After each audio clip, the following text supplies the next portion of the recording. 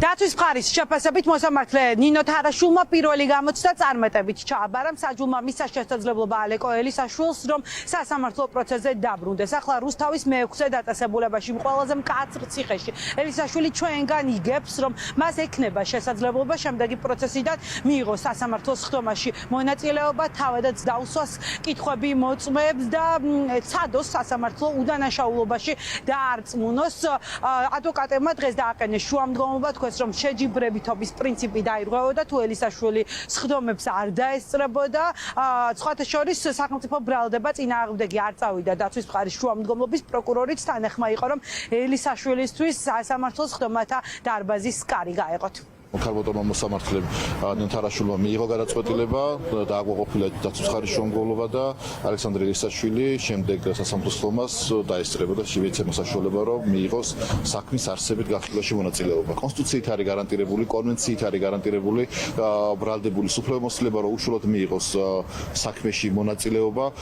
მნიშვნელოვანი არის მისი პოზიციის მოსმენა და საქმის ის ეტაპები რომელიც არის მტკიცებულებთა გამოკვლევა უშუალოდ თვითონ ესწრებოდეს და ადევნებდეს თვალს იმ მტკიცებულებებს, რომელიც სასამართლოს ეტაპზე იქნება გამოკვლეული. ეს არის უნიშნელოვანი კონსტიტუციური უფლება და კარგია რომ ამ შემთხვევაში სასამართლომ კონსტიტუციური უფლება არ შეუზღუდა. დღევანდელ სასამართლოს ხდომაზე განხილულ იქნა დაცვის მხარის შუამდგომლობა ბრალდებულ ალეკო ელისაშვილის დაბრუნების თაობაზე, რასაც ბრალდების მხარეც დაეთანხმა. მოცემულ შემთხვევაში ვინაიდან საპროცესო კანონმდებლობა იძლევა საშუალებას გაძევებული ბრალდებულის დაბრუნების, ბრალდების მხარეს ამასთან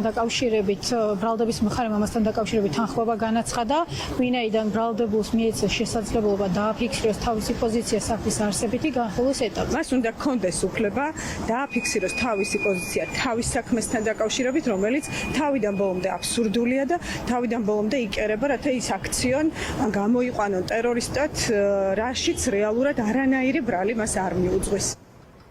ეგრეთ წოდებული ძაღლების ეპიზოდზე შემდეგი სასამართლოს ხდომა 19 ივნისს ჩაინიშნა. ამ დღეს მხარეები შესავალ სიტყვებს იტყვიან. ალეკო ელისაშვილის უკვე ხდომათა დარბაზში იქნება და მას ექნება შესაძლებლობა მეორე მძიმე ბრალდებასთან დაკავშირებით სასამართლოს საკუთარი პოზიცია დაუფიქსიროს. ელისაშვილისთვის საქალაქო სასამართლო ყურადღების ცენტრში 15 ივნისიდან იქნება. 15 ივნისიდან შეიძლება ითქვას რომ ერთი კვირის განმავლობაში ერთმანეთის მიყოლებით ორივე ეპიზოდთან დაკავშირებით სასამართლო სხდომები არის ჩანიშნული.